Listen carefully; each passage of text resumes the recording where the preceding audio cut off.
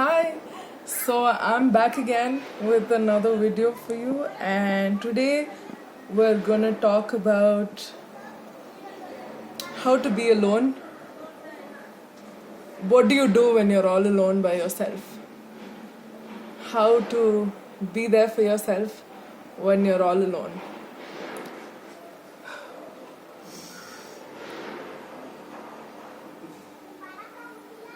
I think one of the most scariest things in this world sometimes is being with our own self.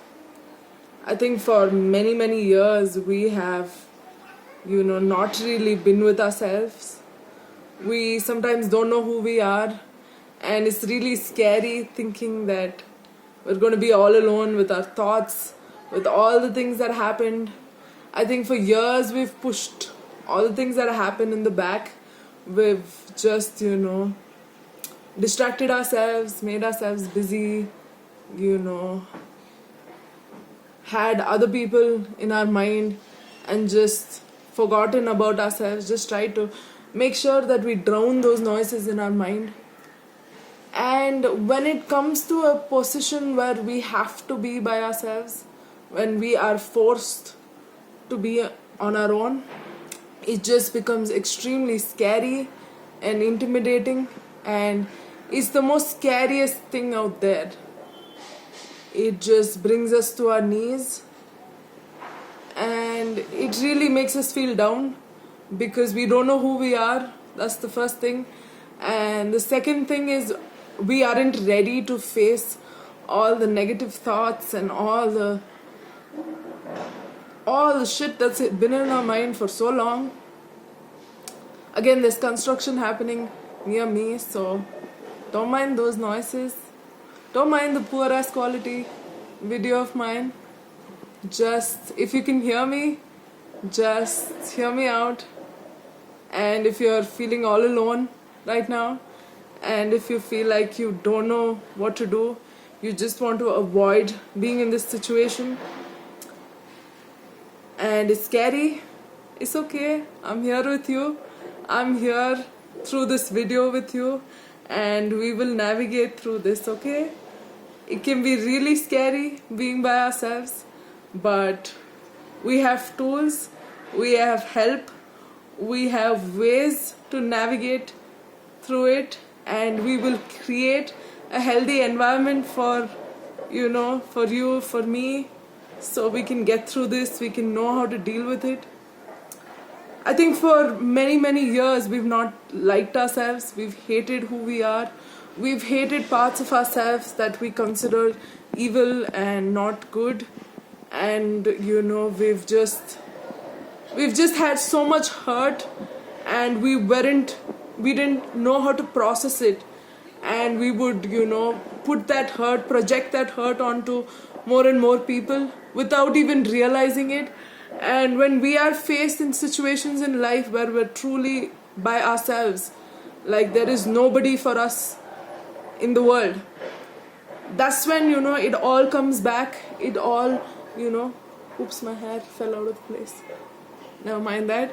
But that's when it feels like it's like a slap on the face. Loneliness and being with our own self is like a slap on the face, and we can't really do anything about it but to deal with it. And sometimes we try to just avoid it. We're just like, I can't deal with this, and we probably do anything we can. We have like unhealthy coping mechanisms, or we have people we don't even like around us, just so that we drown the voices and we make sure that we're not by ourselves. And I think it's really important for us to just sit with ourselves, even with that uncomfortable feeling, even with that fear, even with that horrible thoughts.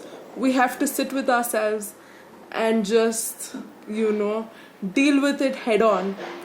But one thing is extremely important while dealing with these thoughts is to be kind to ourselves, is to not be judgmental, is to not be harsh to ourselves when we're low. And we have to validate ourselves as much as we can, forgive ourselves, talk to ourselves nicely, tell ourselves that we deserve forgiveness from ourselves, we deserve another chance from ourselves. It's okay. It's okay. We are human. We make mistakes. What is important is we realize those mistakes, recognize it, and we try to be better. We try to do what we can to fix it, to be better. And if someone's hurt us, we need to deal with it. We need to learn how to process it. I believe we all have an inner child within us, a child that, was forced to grow up too soon, a child that, went through a lot, a child that was faced with a lot of things at a very early age in this world. And I think that child is within us in this frame of adulthood. Everybody looks like an adult, but inside we're all scared, lonely kids who really need love and validation from ourselves more than anything. And the child is so scared within us. There's a child within me, there's a child within you, the inner child. And they deserve a chance to be heard out, to feel validated, to feel safe, and not be kicked down in the gut all the time.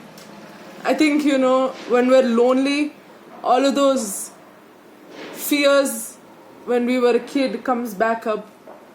All of those memories, all of those emotions resurfaces. And that's when we need to learn. We need to try really hard to tell ourselves, no, I am not going to put you down. I am not going to make you feel terrible. It's okay. I know it hurts. I know you made some mistakes along the way. I know we could have dealt with situations better. I know. It's okay. It's okay. It's fine. We are going to fix it. We are going to be okay. First, we're going to heal. We're going to figure out what is it that's causing us pain. What is it that's causing others pain. We are going to work through this. Sit down. Take some time out for ourselves. Sit through those feelings, however difficult it is, however it makes us feel, puts us to shame. We're going to set aside our ego, our pride, all of that, all of those selfish thoughts and selfish ideas about ourselves. We're going to set it aside and tell ourselves, I need to get through this. I need to figure out what is it that is making me feel this way and putting it onto others too. Because when we're a bad person, it does not just affect somebody else that we love or somebody else, but it also affects us too. And it's not healthy. Doesn't mean we're a bad person, doesn't mean you're a bad person, doesn't mean I'm a bad person, but it does mean that we need to take action really quickly. It does mean that it's time to figure things out. It's time to not neglect anything. When a patient is critical, when a patient is not okay, when a patient is ill, and it is affecting, other parts of their body. Now, the doctor would not dismiss the patient and tell them, a good doctor would not dismiss a patient and tell them that, they're completely useless and, they can't walk anymore, they can't talk anymore, they're just done with, they're just horrible. If they have, a cancer cell in their body or a tumor, they wouldn't just say, oh, the entire body is faulty, they're just useless. No, they would understand, diagnose it, understand the root cause of it, understand where it is situated, and carefully remove it out of the system. And, heal the body so the body is saved. So I think that's what we need to do. And if you're feeling like a bad person, you're feeling like, all your thoughts are bad and you're lonely and you're all alone and you don't know why you hurt people or why you feel so hurt, it's because we need to cut out that tumor, that unhealthy thought process, that unhealthy toxic trait, that unhealthy behavior. We need to cut it out of our system. We need to heal. We need to be better. So we'll get there. It's okay. One day at a time, 1 minute at a time. We'll just take a deep breath and tell ourselves it's going to be okay and we've got this. You are all kings and queens and royalty and all the other royal members if you're gender non-conforming, and you are anything and everything that you want to be. Okay?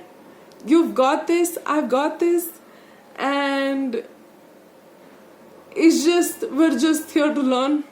It's a process, it's a journey, and we're going to stumble on the way. We're going to make some mistakes, but guess what? We're going to be okay. You're going to be okay, I'm going to be okay, and things are going to be fine. Okay?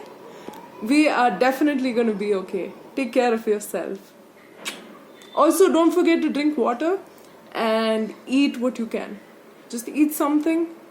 Just do the basic things to take care of yourself. Okay? I'll see you soon. Bye.